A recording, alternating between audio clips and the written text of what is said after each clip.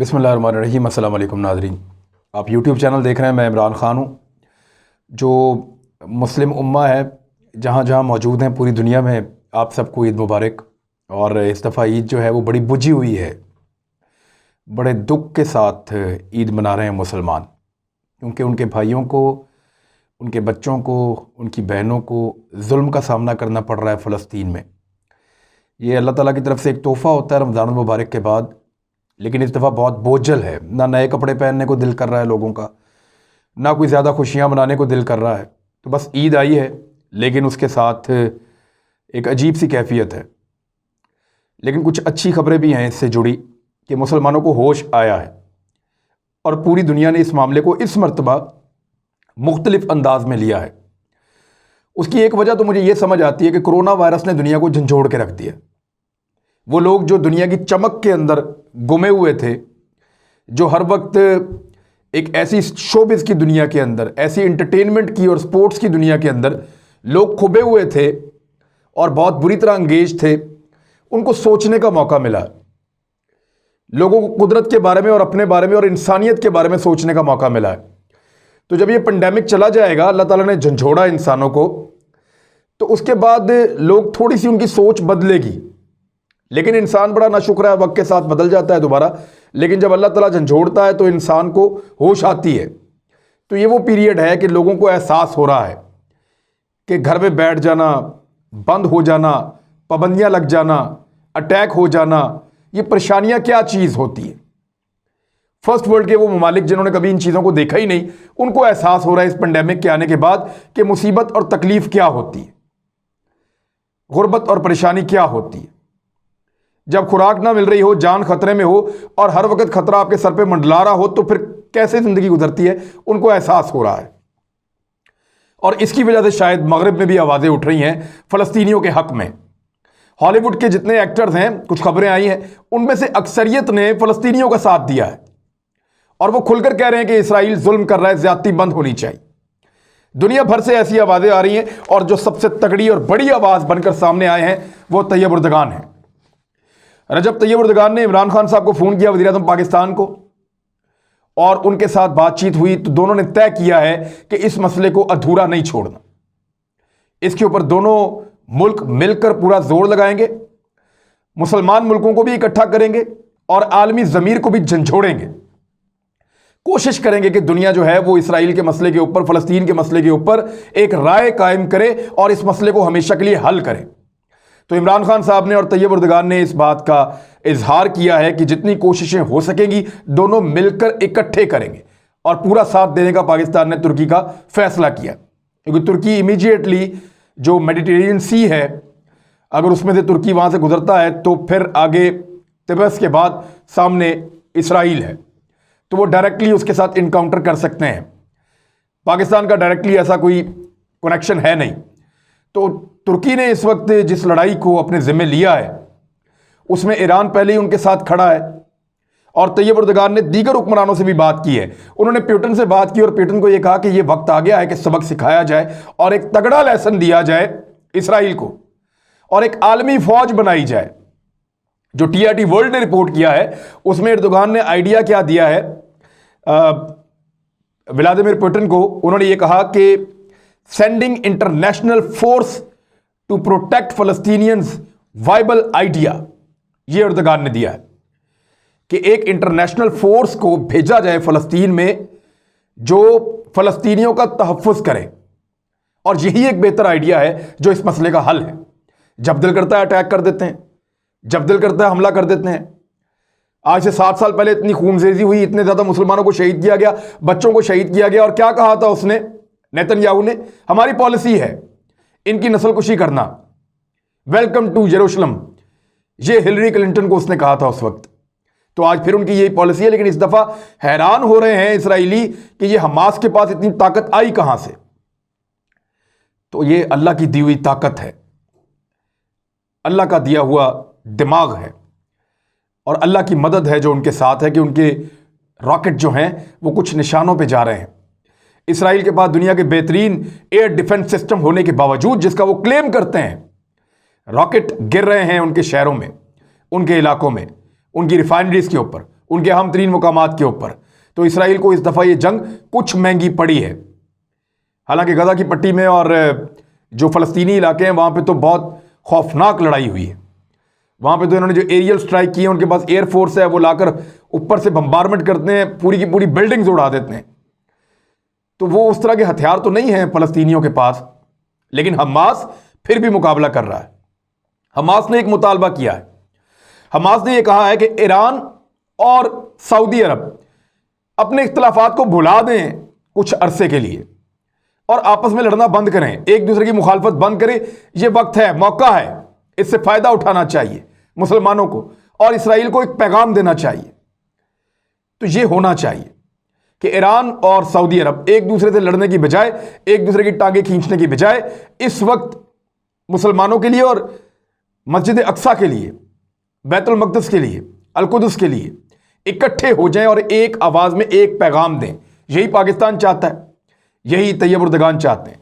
तैयब उर्दगान ने जो राब्ते किए दीगर रहनुमाओं से, इमरान खान साहब से किया, व्लादिमीर पुतिन से किया, मलेशिया की हुकूमत से किया, उर्दन और कुवैत के हुक्मरानों से किया, कतर के हुक्मरान शेख तमीम बिन हमाद अल सानी से रब्ता किया और इन तमाम को इस एक मकसद के ऊपर इकट्ठा कर रहे हैं कि मिलकर बैठते हैं और कोई इंटरनेशनल फोर्स उसको भेजते हैं वहां पे, ताकि ये हमलों का मामला हमेशा के लिए बंद हो जाए। देखिए, नेटो ने जब कभी अपने किसी इत्तेहादी मुल्क को सपोर्ट करना हो तो वो इकट्ठी फौजें वहां भेज देते हैं, एक पर हमला सब पे हमला। तो हम क्यों नहीं कह सकते कि फ़लस्तीन पे हमला सब पे हमला? आओ हम भी इकट्ठे हो जाए और वहां पे फोर्सेस को भेज दें। तो एक अच्छा पैगाम है, एक अच्छी शुरुआत है तैयब उर्दगान ने की है। अल्लाह ताला उनका साथ दे और उनको इसमें कामयाब करे। और पाकिस्तान ने उनको यकीन दिलाया कि हम आपका साथ देंगे। पाकिस्तान का मसला क्या है? देखिए, इसको ज़रा थोड़ा सा मैं सऊदी अरब और पाकिस्तान का दोनों का मामला, इस सारे मसले को लेकर बताता हूं। गुज़िश्ता रात भी बहुत भारी थी। गो के फ़लस्तीनियों ने बड़ा डट के मुकाबला किया हमास ने, लेकिन बहुत भारी थी। अब हिजबुल्लाह भी बीच में आ रहे हैं, लेकिन ये बहुत भारी थी रात और बड़ी मुश्किलात हैं जो फ़लस्तीनियों को झेलनी पड़ रही हैं। लेकिन इसराइलियों को मुंह तोड़ जवाब कोशिश कर रहे हैं जितना वो अपनी इस्तिताअत के मुताबिक दे सकते हैं। इसराइल से लड़ना कोई मसला नहीं है। क्या तालिबान ने अमेरिका को नेटो की सारी फौजों समेत शिकस्त नहीं दे दी? ना को चने चबवा दिए उन्होंने। लड़ाई बड़ा मसला नहीं है। पाकिस्तान के फौजी इसराइलियों से बेहतर लड़ सकते हैं। इसराइली फौजियों के मुकाबले में हमारे फौजी ज्यादा प्रोफेशनल और ज्यादा बेहतर हैं। हम उनका डटकर मुकाबला कर सकते हैं। तुर्की के पास बड़े जबरदस्त हथियार हैं, बड़े जबरदस्त फौजी हैं, बड़ी ट्रेंड उनकी एयरफोर्स है, वो भी मुकाबला कर सकते हैं। ईरान बड़ा तगड़ा मुल्क है, वो भी मुकाबला कर सकता है। मिलकर जाए तो मसला ही कोई नहीं है। लेकिन पाकिस्तान के लिए जंग लड़ना मसला नहीं है, जंग के बाद के हालात पाकिस्तान के लिए मसला है। अगर पाकिस्तान इस जंग में अकेला कूदता है, या तुर्की अकेला कूदता है, या ईरान इस जंग को अकेला लड़ता है, तो बाद में ये सारे मुल्क मगरबी ममालिक मिलकर अमेरिका की क़ियादत में उस मुल्क का जीना हराम कर देंगे। उस मुल्क के लिए दुनिया तंग कर देंगे और उस मुल्क को जो है वो निशाने इबरत बनाने की कोशिश करेंगे। लेकिन अगर सारी मुस्लिम उम्मा इकट्ठी होकर एक फैसला करे और चाइना और रशिया को भी कायल किया जाए, जो किया जा रहा है, चाइना को पाकिस्तान कायल करेगा, रशिया को तुर्की कायल करेगा, अगर इन तमाम मुल्कों को कायल कर लिया जाए और मुस्लिम उम्मा इकट्ठी हो, तो फिर सबके साथ एक वक्त में ना मगरब लड़ेगा, ना अमेरिका लड़ेगा और ना इसराइल की इतनी जुर्रत है। ये जंग की नौबत ही नहीं आएगी और इसराइल अपना किबला दुरुस्त कर लेगा और इसराइल जो है वो अपनी औकात में आ जाएगा। क्योंकि जंग का मसला नहीं है, जंग के बाद के हालात का मसला है। कोई अकेला अगर इसके अंदर कूदा तो बाद में वो निशाने इबरत बन जाएगा। ये सारे मुसलमानों की ड्यूटी है कि वो सारे मिलकर इस लड़ाई को लड़ें। इसीलिए इस्लाम में खिलाफत का निज़ाम था कि एक झंडे के नीचे और एक आवाज के नीचे सारे मुसलमान मुल्क और सारे मुसलमान इकट्ठे होंगे, सारी मुसलमान फौजें इकट्ठी होंगी।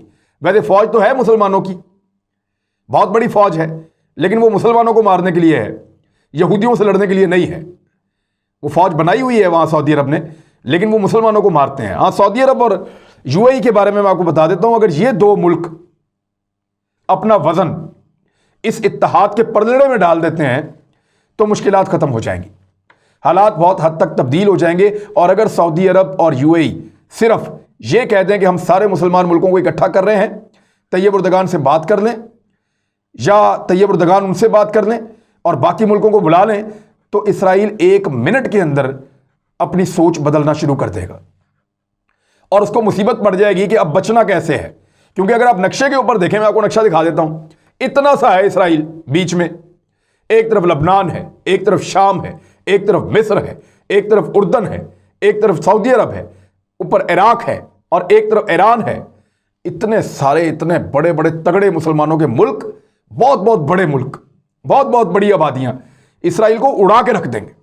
बहुत ताकतवर हैं ये, और तुर्की और पाकिस्तान भी हैं, और वो इसके अंदर शामिल होना चाहते हैं। लेकिन जब तक सऊदी अरब और यूएई अपना वजन इस पलड़े में नहीं डालते तब तक नहीं। हां, सऊदी अरब कोशिश कर रहे हैं, खामोश नहीं है, लेकिन सऊदी अरब अमन की कोशिश कर रहे हैं, सऊदी अरब जंगबंदी की कोशिश कर रहे हैं, हालात को कंट्रोल करने की कोशिश कर रहे हैं इस अंदाज में कि सऊदी अरब ने मजम्मत तो की है इसराइल की, लेकिन वो इसराइल को नाराज नहीं करना चाहते, ऐसा बज़ाहिर नजर आ रहा है। और वो लड़ाई से गुरेज कर रहे हैं, कोई सख्त जुबान बोलने से गुरेज कर रहे हैं, और इसराइल को नाराज करने के मूड में नहीं है।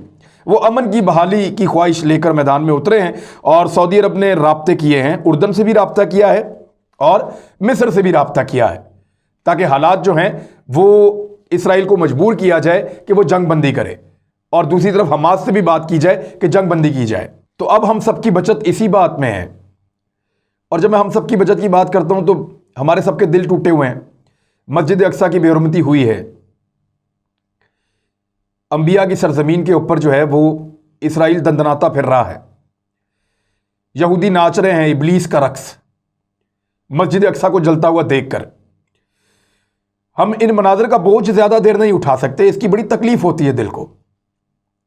और इससे बड़ा जुल्म क्या होगा, छोटे छोटे बच्चों की लाशें हैं वहां गिरफ्तार होने वाले जो मुसलमान फलस्तीनी हैं वो मुस्कुराते हुए अपनी तस्वीर बनाते हैं।